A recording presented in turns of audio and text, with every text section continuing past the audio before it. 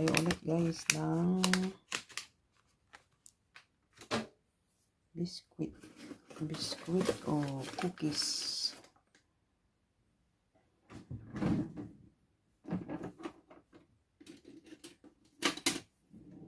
Lagyan natin ng sesame.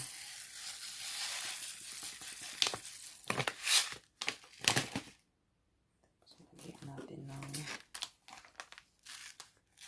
coco.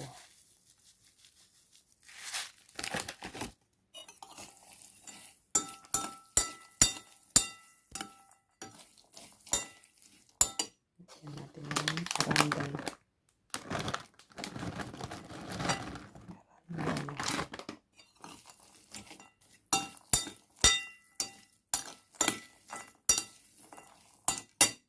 Then yung oatmeal.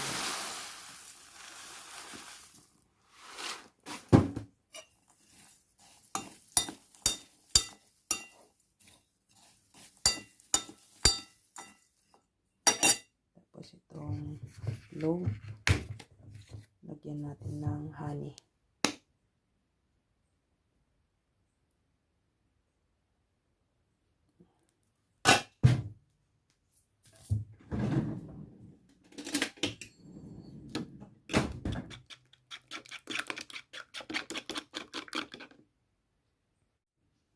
Guys, ibuhos na natin tong itlog na may miel, honey.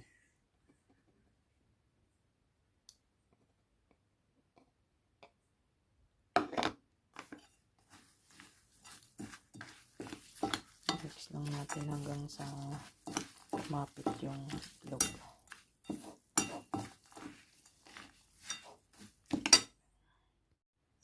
Ganyan na siya guys. I-plap natin ganyan.